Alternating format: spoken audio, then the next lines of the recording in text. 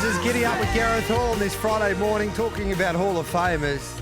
There's no bigger name in the sport of harness racing worldwide than Dexter Dunn.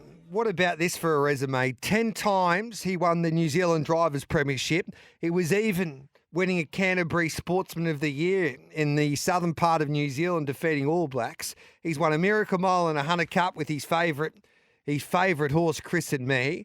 But since he's moved to North America, which is the toughest jurisdiction when it comes to competing against fellow drivers, he's a 4-time Dan Patch winner, which is the leading driver in North America. He's about to make it 5 Dan Patches this year.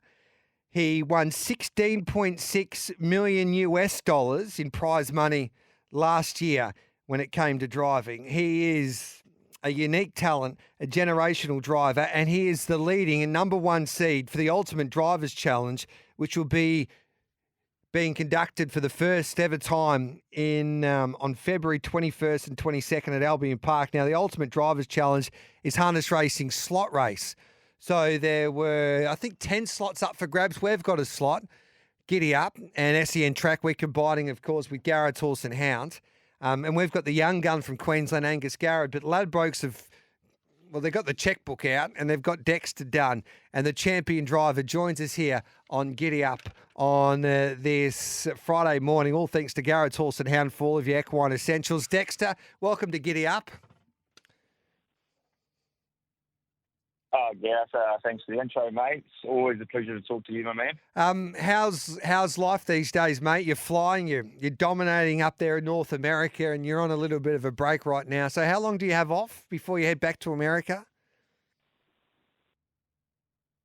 I took 2 months off this year, Gareth. I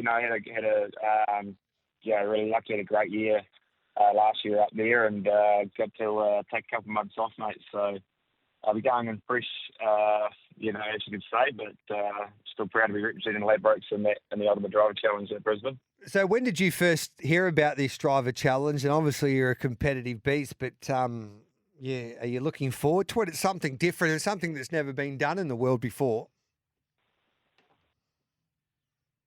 Yeah, no, it's a great idea. It's showing initiative.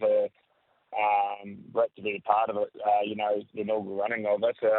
Adam Hamilton contacted me, I guess you could say 4 or 5 months ago now, maybe. Time goes quick, Gareth, but and asked me if I want to be a part of it and represent Ladbrokes, and jump at the opportunity for it. It's like I said, it's something new, but I think it's going to get. I think it already has, really. It's sort of getting attention worldwide, which is fantastic for harness racing. So it's a slot race, basically. So you're paying $20,000. The winner gets $100,000. And the drivers are basically a part of a team. So you're part of the Ladbrokes team. We've got Angus Garrett. And then you have a draft, basically. So you need to pick out your drives for the 2 nights, the Friday night on the 21st and then the Saturday night on the 22nd. My concern is for you, Dexter, and I'm your biggest fan, and you're the favourite with Ladbrokes at $5. You wouldn't have a bloody clue who these horses are. So how are you going to choose the right horses? I know you're good, and I know you. I've seen you lift horses. I've seen you in Ireland lift donkeys off the ground and pick them up, and the slowest horses in the race and still win. But how are you going to pick these drives? Basically, who is on your side helping you out? Oh, well, it's in who I'm representing, really. I mean, it's not just me. I'm part of the Ladbrokes team for this event. So, I'm sure they'll have, members that will definitely help out with that, probably along with all the other drivers in the series. So, if it was just me, obviously picking them, on my own, like you said, I haven't been to Brisbane and raced here for a number of years. So I wouldn't have a clue what horses to take. So, I'll be looking for help from the Ladbrokes team, and for Angus' sake, I'm hoping that there's more than just you helping him with his. Hey, don't worry. I'm a little bit disappointed to hear that your family's coming up, which I love your family, and it's good to see them enjoy the Sunshine State. But that means you'll be making sure that you're home nice and early. So that's probably just ruined my plans a little bit. I was hoping to get you out on the town, and take you off your game a little bit, but you'll be switched right on, Dexter. Mate, it's it'll be exciting series to be part of. I've done 3 World Driving Championships, and Yeah.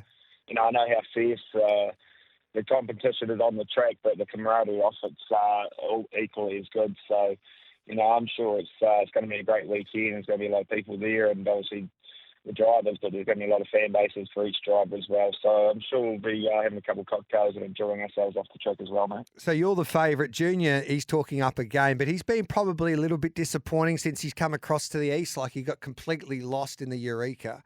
So he's got a point to prove to get his reputation back up to one of the best drivers in the country. Well, he is, but, he'd be hurting from that drive in the Eureka. Nathan Dawson, this is his biggest test to date. He's a very good driver. Pete McMullen, he's a superstar, I reckon, but he's on his home track.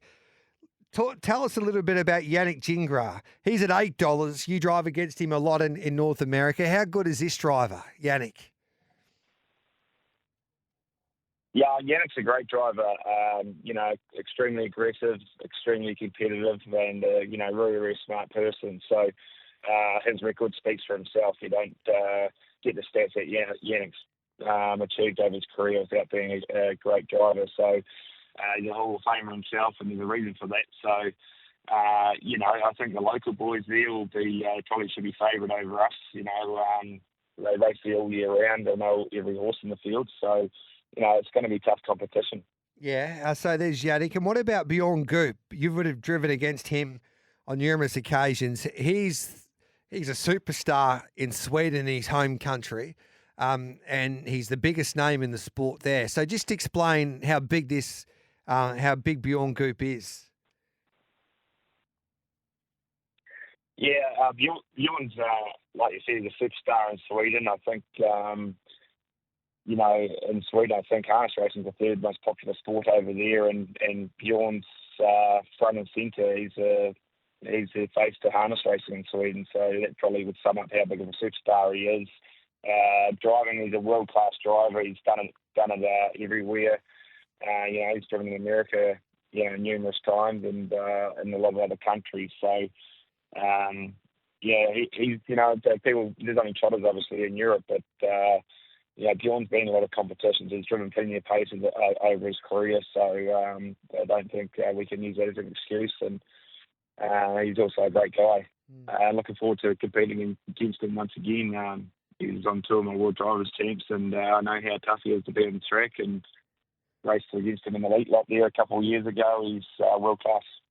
And then the last one I want to ask you about, your fellow competitors, is your little brother. Basically, he's looked up to you all his life. You're his hero. Obviously, you're part of the Dalgety family in a way. And Carter gets his opportunity representing New Zealand. He's the outsider of the field at $15, little Carter. Well, he's just on the up and up, isn't he? Yeah. He's going from strength to strength, as you could say. I know he's young, and a few of us a bit more experienced, but I know when I was his age, I was how hungry I was and ambitious and confident I was in my own driving. So, I know he's going to be bringing his A game, and he's in no better form in his life than right now. So it's good for him to be taken into it. And like I said, I've been sitting on the bench for the last couple of months, so I might need a couple of races to knock the rust off. But I'm hoping that it comes off pretty quick, because I'm sure it's obviously 20 races over 2 nights, but it's going to go pretty quick. Now, Dexter, can you explain? Have you exceeded your expectations since you've been to North America? When I followed the sport of harness racing, drivers like Tim Tetrick and even Yannick Gingras and all of those big-time drivers, when they came to Australia for the Drivers' Series, we thought they were like LeBron James and Michael Jordan in a way. Like, they were just better than us, basically. North America was the place. If you made it in North America, you've made it in the sport of harness racing. But you've gone up to North America and dominated. You're about to win your 5th Dan Patch Award, which is the leading driver in that part of the world. Have you exceeded your expectations with how well you've gone? Yeah, absolutely, Gareth. I mean, growing up, America was always the pinnacle, wasn't it? So, it was always a desire of mine to get over there and just try and do a little bit of good. But I mean, I've been so lucky since I've been over there with the star horses and champion horses I've got to drive and the support, mate. So it's been a whirlwind of a few years, but it's definitely exceeded my expectations. There's no doubt about that. But as a driver, when you go on the track, you don't go out there to suck, as to say, or to do bad. So you just go and you want to do your best and make a name for yourself. So, but definitely, mate, I've been really, really lucky since I've got over there. It's been great. What's made you a better driver? Like you were a superstar over here, winning 10 New Zealand driving premierships. You took out most of our big races, as I mentioned, Miracle Miles and Hunter Cups. But how's North America made you a better driver?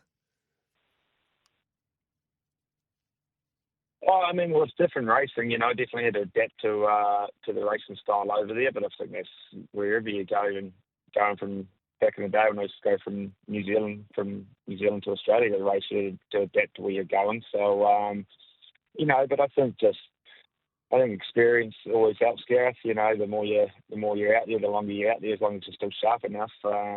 You keep improving. I'm forever learning, still learning now, finding new ways, and you just got to be comfortable with yourself, with your own style, and get your confidence going. And I think once you get riding a wave, you just want to stay on that wave and ride as long as you can, mate. So that's all I really just been trying to go out there and do, and just keep trying to kick ass. Really, it's all it is. You've got to have the horsepower, though. It comes down to it's a massive part of it, getting on those right horses and driving for those good trainers. It's like we're with champion driver Dexter Dunn. It's a competitive beast over there because and we should do it in Australia more often. And I've seen it even this week. And there's I think there's a place for amateur drivers, but I think for the best of the product, you need the professional drivers driving against each other more often in this country, especially in today's world. But in North America, you're basically on a circuit, aren't you? Like you compete against the same drivers week in, week out. Is that right?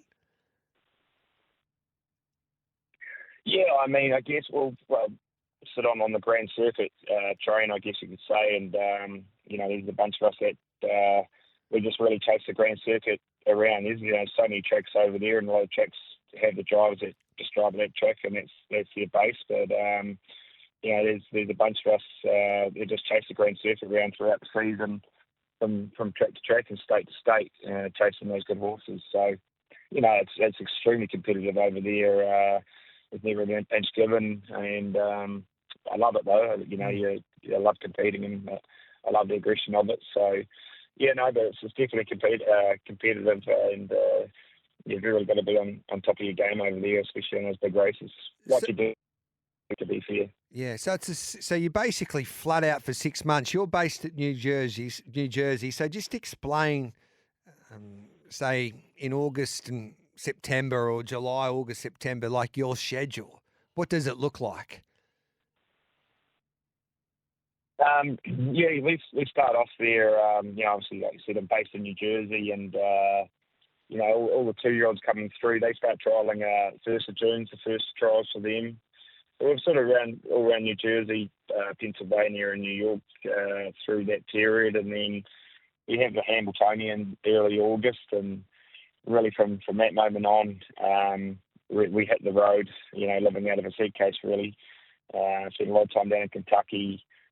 You travel to Canada a lot to race, and then obviously to the other states. So sort of a traveling circus there for quite a few months. But I think when we're traveling to drive great horses, it makes us definitely worth its while. So leading up to that, the 2-year-old time of the year before they still start racing and going to their states where they're going to do the majority of their racings. Quite a hectic time, going to the training farms and driving them before they start trialling and trying to find the ones you want to go with, mate. So,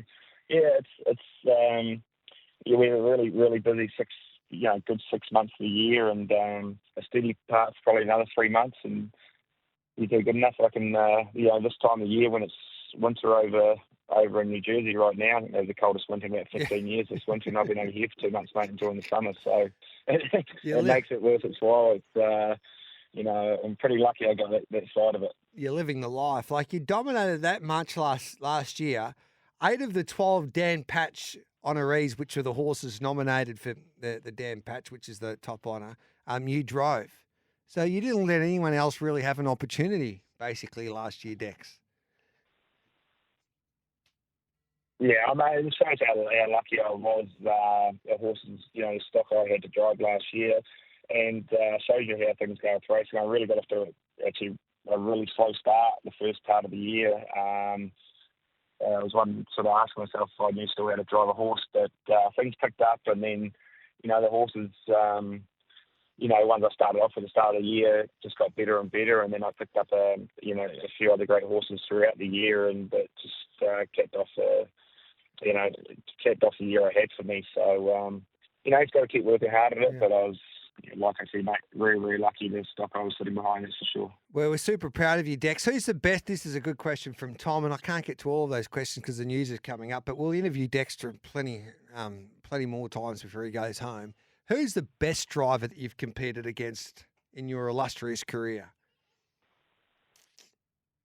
Oh, mate, that's a tough question. I've driven against so many great drivers. So many Hall of Famers. It's hard to just pick one out, mate. But who's the biggest competitor that you go? Them all, and biggest competitor. I'd say probably Tim Tetrick's one of the smartest drivers I've driven against on the track. He's unbelievable, knowing every horse and every horse's tendencies, and extremely competitive driver to drive against. Probably him, but like I said, I just can't circle one out. There's been so many great drivers. Yannick Gingras, who are competing against this driving championships, extremely tough competitor as well. So, but there's a lot. I could name 50 of them throughout my career, throughout the countries I've driven in that were great drivers. Have you ever met, talking about Timmy Tetrick, I see on his social media platforms the biggest ambassador for the sport of harness racing is Nikola Jokic, the superstar NBA player who plays for the Nuggets, the multiple MVP winner. He's won a championship as well, and we see him driving horses in Serbia. Have you ever come across him before? Yeah. No, I've met Nikola a few times. He's a great guy, extremely down to earth for the superstar he is, and he'll chuck you a text there a couple of times during the year, so he's checking on you and see how you're doing. So it's awesome to see what he's done in the NBA, and the fact he loves harness racing is just an absolute bonus for us. Like I said, he's just a champion bloke. To come over here to New Zealand or Aussie and sit down at the local pub, and you wouldn't know he could be a superstar. So, privileged to be able to know him. Yeah, we'll have to get him involved, and we'll have to get Cran to get him involved in a horse down under. That's how you promote the sport of harness racing. That's your job, Dex. I've talked to him about it a couple of times. He's actually, he said he'd love to come down here and check it out. So I think he watches horse racing more than he watches basketball, to be honest, mate. So he's no doubt, I know for a fact he's watched races down under, and he would love to come down and definitely check it out one day. But I think he's got about a $300 or something $1 million contract to finish off before he can retire and start doing a bit of travelling like that. And the last one before we let you go, and this is a bit self-absorbed, the question I'm about to ask you, is that the only horse I've really driven over my time, or the best horse I've ever driven, is Chris and Me. When I was out doing a story with the Delgettis there at Sky Racing there a few years back, and he's the horse that you won a Miracle Mile and Hunter Cup behind, and he lives with you now in America. So how is me old mate going? Yeah, mate. Oh, he's great. He's a fat and happy old man these days. He lives down a beautiful place out there in Ohio, where I've got him with friends, and he runs the paddock. I think there's actually a blind horse that's down the paddock, and he looks after the horse and makes sure it gets where it needs to go, mate. So it's very special, and I'm glad for how good he was to me over the years. I've given him a good retirement, mate. Well deserved it coming from me, that's for sure. So, but he's looking probably best he's ever looked. He's, like I said, just a fat and happy old man right now. Well, give him a kiss. I love him. He was a superstar, Chris and me. Hey, Dex. Yeah, mate, it was actually very cool. John Campbell led the Little Brown Jug out of them a couple of years ago at Did he? Delaware, so that was a pretty cool moment as well. Yeah, so no, he's a happy boy. Yeah, we loved him. Hey, we love you, Dex. We're so proud of you, mate. Everything that you've been through and to do what you're doing in North America and the world's best driver and just dominating proceedings because you are a bloody competitor and you deserve all the success that comes your way. You've got that special gift that you can't really teach people, but you're making the most of that God-given gift that you've been given. So well done, mate. Go and get them. You won't be winning the Ultimate Drivers Challenge, however. They'll be knowing a kid called Angus Garrett by the end of it because SCN Track and Garrett's Horse and Hound will be getting the job done, mate. So if you finish second, it'll be a good job. So we wish you the best of luck, but not too much luck there in February. Pleasure and privilege to talk to you, Gareth. Thank you, mate. Good on you. There's the champ, Dexter Dunn. We could speak all day, and we will do that when we go up to Queensland. We'll be there for most of the week anyway, catching up with the champions. But when you put Dexter's record in perspective, he won $16.6 million US. So they don't get a driver's fee in America. So you got to work that out for yourself, 10%, 5%. So he's making close to well over 1.5 million Australian.